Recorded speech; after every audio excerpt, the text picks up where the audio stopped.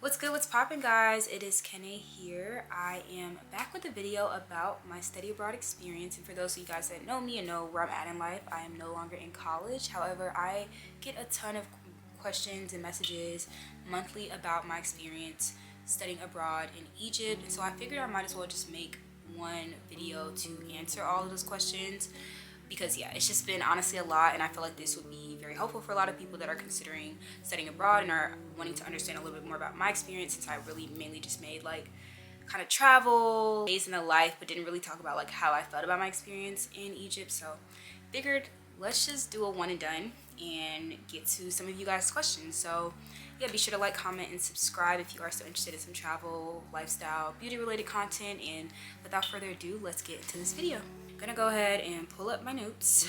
So first, I just wanted to start with saying something to note about the American University in Cairo. It is located in New Cairo, and so New Cairo is known to be more of like an Americanized part of Cairo, as they like to say. I think it's all pretty different, but it is going to be more so tailored towards like Western culture, basically, as compared to like Old Cairo, which is where like the pyramids are, that's where the Nile is, etc. So when I say those things, I just wanted you guys to understand like what I mean when I say like New Cairo, Old Cairo. The first question that I commonly get asked is why Egypt, why AUC?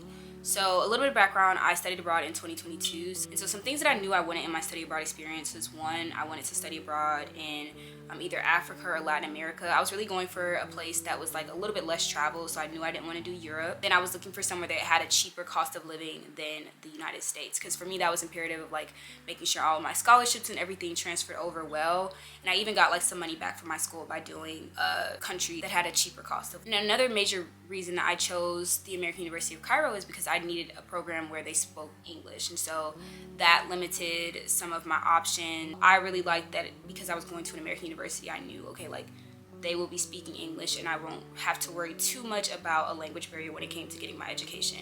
Now, navigating the country itself is a whole different story, but when it came to my classes, I really didn't want to have any issues with language. All right, so how did I apply to the American University? So what I did was I just went to my study abroad website. We have a portal and everything that makes it really easy to source out the different programs that they have available and go ahead and submit your application.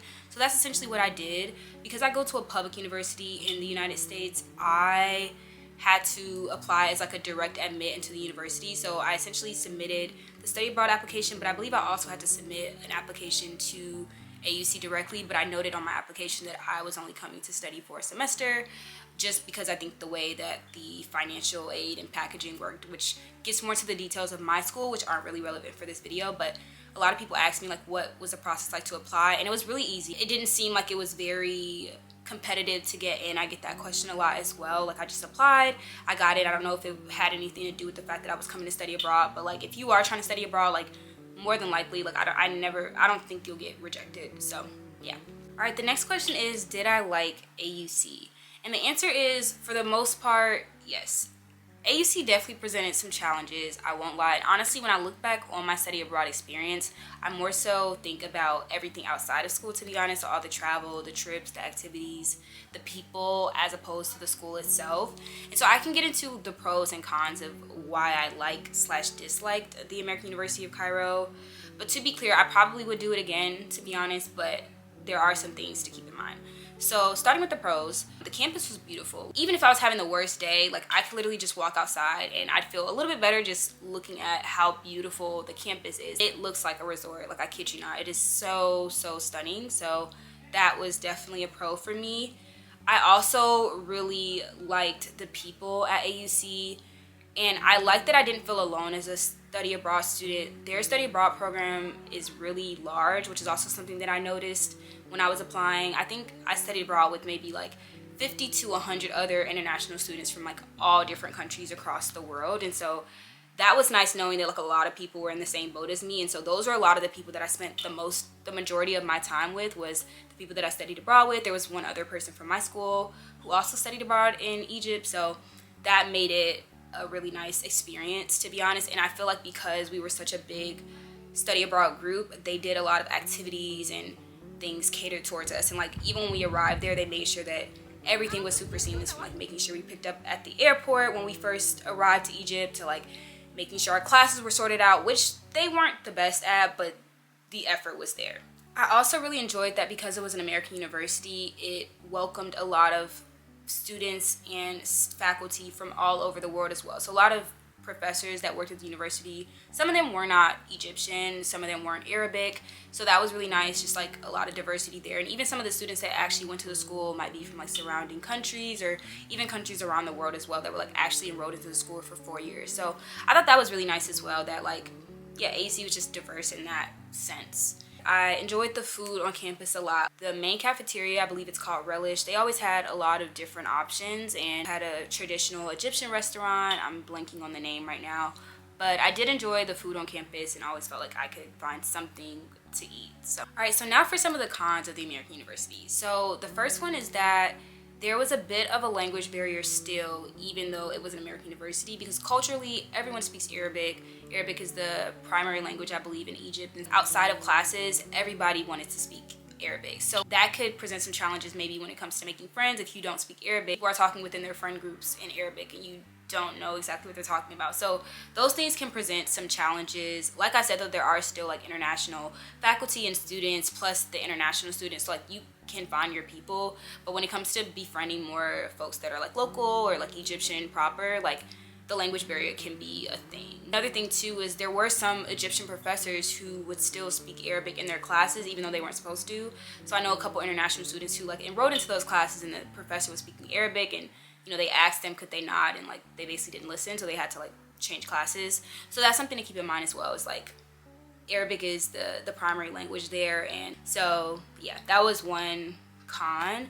I think another thing too is they could have done a better job of helping us choose our classes. I wasn't able to get into all the classes that I wanted as an international student based off the way that the process was set up, which I thought was very wonky. And yeah, it was just like really annoying to like come all this way not to get into the initial classes that I really wanted.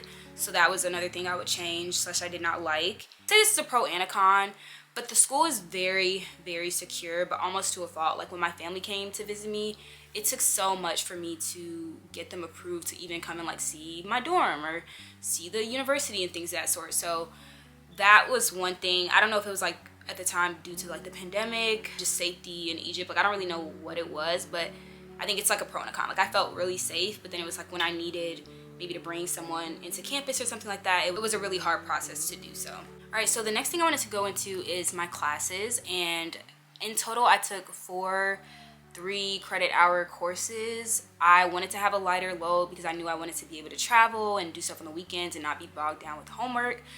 So I took 2 psychology classes, 1 information systems class, which is for my major and minor, and then I took like 1 elective class that was like on like women and gender, which was a really great class. I really, really loved my professor for that class.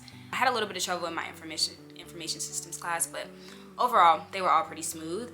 And difficulty has been a question that I've gotten asked a lot, and so for context, the University of North Carolina has a very rigorous curriculum. So coming to AUC, I felt like it was like either like the same or a little bit easier. So I think on a scale of like maybe 1 to 5 difficulty, I'd probably say like a 3.5. I think the workload was definitely there, but the difficulty and like how hard we were graded, I felt like wasn't quite there. I think in general, like folks are pretty lax when it comes to school. I've seen like 2 different sides of the spectrum, but yeah, there was just like a lot of slack given. But that might not be your situation. I know I have friends who've had really difficult, specifically Arabic language classes, as well as science classes. One of my study abroad friends was pre-med, so it can be difficult. It really would just depend on the type of classes that you're taking and the professors that you're taking classes from. And I believe they have some type of like resource if you end up going, where you can like see reviews on different professors and see how they work and how strict they are, etc. Kind of like there's like something we have here in the States that you can like, oh, rate my professor. I think they have something like that there as well, so you can get an idea of like who to take, who not to take. And one recommendation I would say about picking your classes, I would do so as early as possible. Like soon as you know that you're enrolled and you have the ability to choose your classes, I would just go ahead and do it. The study abroad office will probably tell you that they'll help you do it for you, but they don't reserve classes for us as international students, so we were forced to get whatever classes were left, as opposed to like being able to choose between all the different classes that they had, because they had a really great selection of classes, but the good classes naturally will fill up the fastest, and so they don't make any accommodations for you because you're an international student, which was very disappointing, and I was very, very fumed about that, because it's like I came to take these classes to be at this university, and now I have to pick my second, third, fourth choice.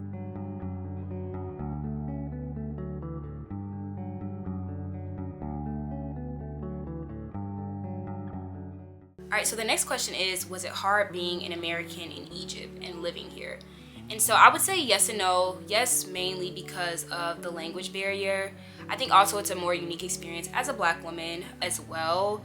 It wasn't that it was difficult, but it was more so that like I just didn't see as many people that looked like me on a daily basis still, which is kind of, I guess, to some extent similar to the States, depending on where you live. Then I did eventually find, because I'm Nigerian American, where like a lot of like Nigerians and other African people lived in Cairo, which is pretty cool. I would get like my hair done there and stuff like that. It wasn't super difficult as an American. I think that if you go into old Cairo and you want to go shopping or something like that, like you want to try to minimize like letting them know that you're American, because I feel like that can also hike up the price. So that's the only thing. It's like if you're trying to buy like stuff off the street and they realize that you're not from there, like it could just be an opportunity for them to, you know, hike up the price on you. And lastly, I think in my first month or two, like I wasn't that comfortable with going places by myself, especially because I didn't speak Arabic. But after month two, I kind of started to know my way around. If I was going somewhere by myself, like I knew exactly where I was going, and I knew exactly how to get back, and like my phone worked and everything like that. Community for you. So next I'm going to be talking about my housing situation. So where did I live? So what was the situation there? So I lived in AUC's off-campus student housing, and so I would highly recommend that option. I loved my apartment. It was great. Like I think it was, as a senior, I was a senior in college, so like for me, like yeah, I didn't want to like go back to dorm life when I didn't have to. The off-campus apartments are more expensive than the on-campus dorms, of course, but I thought it was worth it. It was really nice. It was very spacious. The only con that I have about it is that like I had to share a bedroom with my roommate, and I think the only thing that would have made it perfect if there was 2 different bedrooms, but honestly it was very marginal. Like it was fine. I had a great roommate. It just depends. You can have a good roommate, you can have a bad roommate, but ultimately I really just enjoyed the facility a lot, and it was only about maybe like a 7 to 9 minute walk from campus. They also had a shuttle that would come every like 15 to 30 minutes during the morning and also in the afternoon or into the evening, basically until a certain time. A lot of people though really like the on-campus dorms for the convenience of like being able to wake up and walk 2 minutes and you're, you know, to the classroom area, or like you're in your classes and stuff like that. Also, if you're someone who goes to the gym a lot, the gym is inside of campus, so like a lot of times after class I would have to like go to the gym and then walk all the way back home, or like I didn't have as much flexibility in going to the gym essentially. Like I always had to really plan that out. So that was just one thing. And like also all the gyms, the basketball gyms, all that are like on campus, so I would say that would be like the one thing. Like is like we were a little bit less connected to like all the different amenities and stuff like that, but like our apartment did have a laundry and dryer room downstairs, and I would also be really careful about what you wash in the dryers or the washer and dryers. I've had some of my clothes like get shredded in them, so like if you have laundry bags, I would definitely pack that.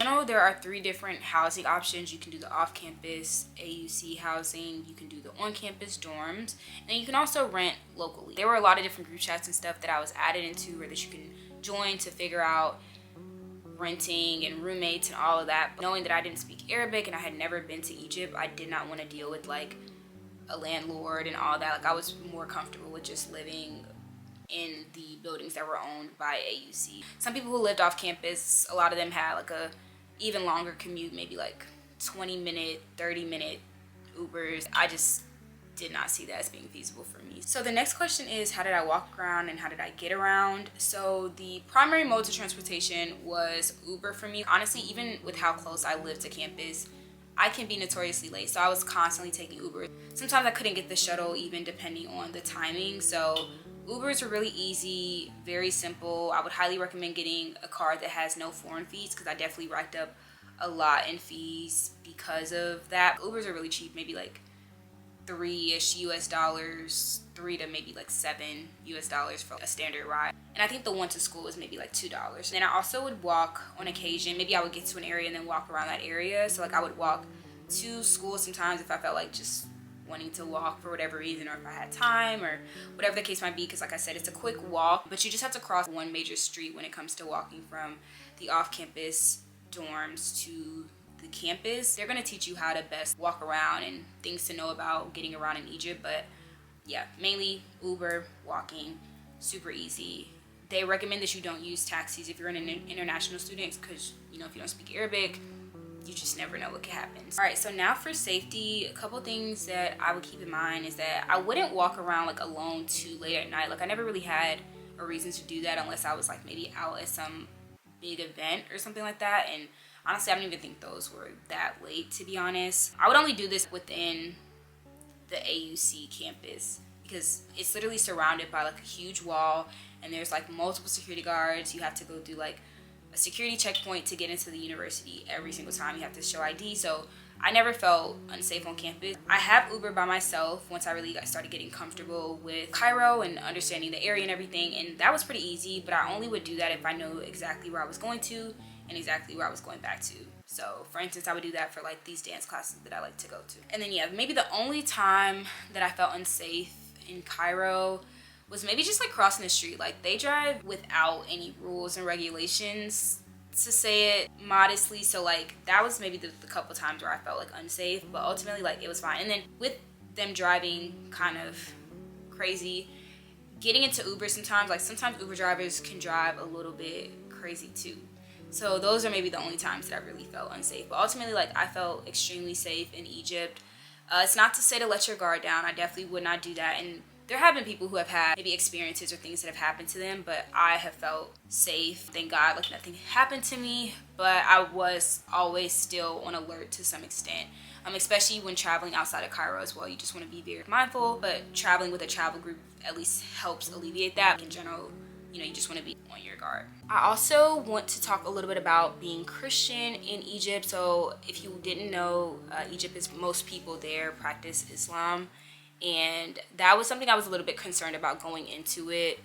And honestly, guys, I had the best experience as a believer in Egypt because I quickly discovered 2 different ministries that I got really integrated into. And if you are interested in wanting to hear about those ministries, feel free to leave a comment or like a DM. There was like one that was an American ministry that planted in Cairo, and so I would go there at my main church. And then there was another one that I learned about that was particularly Egyptian Christians, all spoke English, which was really cool. And so I went like on a conference with them, and honestly, my faith was so strengthened being in Egypt, ironically, in so many different ways. Like I felt like the Lord was just so good and faithful throughout the whole experience that I met, some of the things that happened, it could literally only be God. There are Egyptian Christians, like you will find them and see them. A lot of times they're going to be wearing a cross necklace, so you'll really know who's who. One of my Egyptian Christian friends who I met in one of my classes, like we're still tight, like I still check up on her and stuff like that. So I took the step to really seek out that community. I think when I shared in the international students group chat that I was Christian, somebody shared both of them with me. It was pretty cool.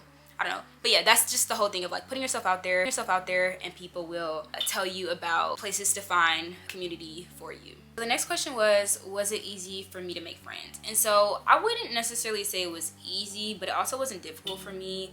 I knew going in there that I would have to, and just in general, if you're going into a study abroad experience, there's going to be a level of having to put yourself out there. If you're studying abroad, you've already put yourself out there. So it's just, what's one more step? Off rip, I made friends through the study abroad orientation, where they like took us on a couple of trips around Cairo, and you really just got to know everyone pretty quickly because you were only with this set group of international students. So that was a way for me to make friends, and the friends that I made there pretty much stuck with me throughout my time at AUC. If you're international and you're concerned about making friends, you'll probably make your foundational friends there. Now when it came to AUC and like students that actually go to the university and like Egyptian students, and you have to put in a little bit more of an effort. One, because of the language barrier. Like if people don't have to, they're gonna speak Arabic. So you have to like make it a point to just go up and talk to people or say hello to somebody or like get to know people in your classes outside of like maybe the group work that you're doing with them. This might be unique to me, but it could be a good way for you to like make friends if you are interested remotely in content. But I made a lot of friends through the content that I created.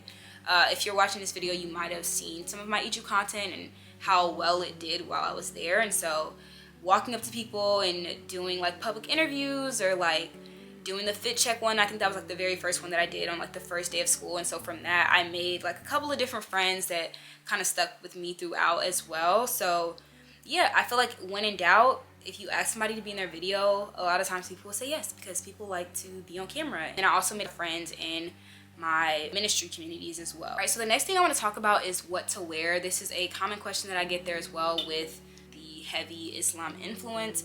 Cairo is a very modest place. I would say like New Cairo and like the AUC campus, they're a little bit more lenient on the modesty thing.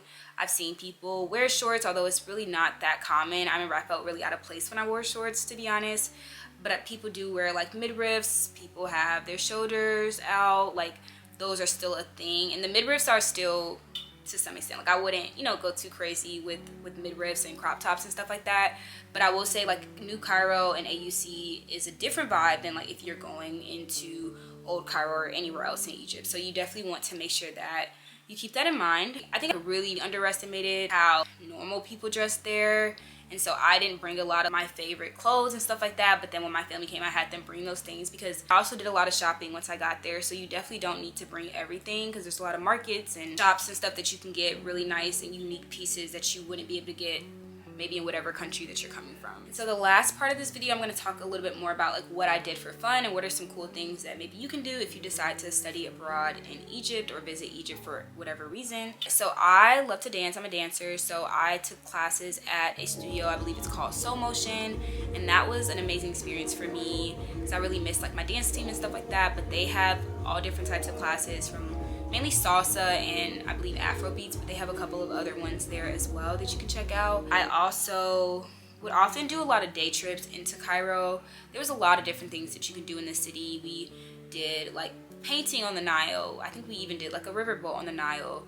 You can visit the pyramids again, go to different markets, or like Coptic Cairo, which is like supposed to be like the Orthodox Christian Cairo. Like there's just so many things you can do in a day trip to the city. There's also like pop-ups and festivals. Like the list goes on. You won't be bored if you decide to study abroad. People will kind of start to tell you and talk about like where you can do these things at. But yeah, day trips were big for me. And a lot of times too, some clubs or like maybe departments at AUC would organize these trips. So sometimes you wouldn't even have to worry about like how you're gonna get there, how you're gonna pay for it, etc. Because a lot of times the school is responsible for organizing some of these. So make sure you're also like staying in the know about like what's going on campus. Another thing I love to do is just try new restaurants with my friends. My favorite restaurants in Cairo was definitely Ibn Shem, and it's written in Arabic. So like if you just walk up to somebody and ask them what restaurant that is, they'll tell you.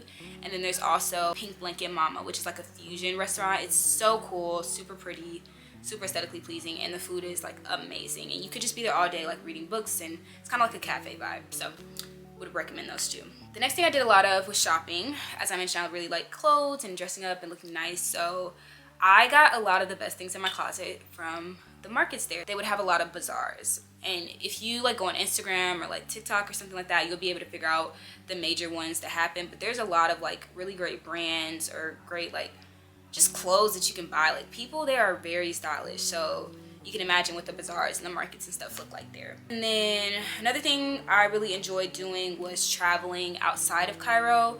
And so literally like my second weekend there, they planned a trip to, I believe the first place we went to was Hurghada. And so this was organized by a popular travel group that commonly serves students at AUC. So I definitely wouldn't go on any of these trips like completely by yourself, but there are like certain travel groups like D Trips and stuff. That first weekend trip, I think literally all the international students went on that trip. It was a reputable travel group that we went with. So super fun.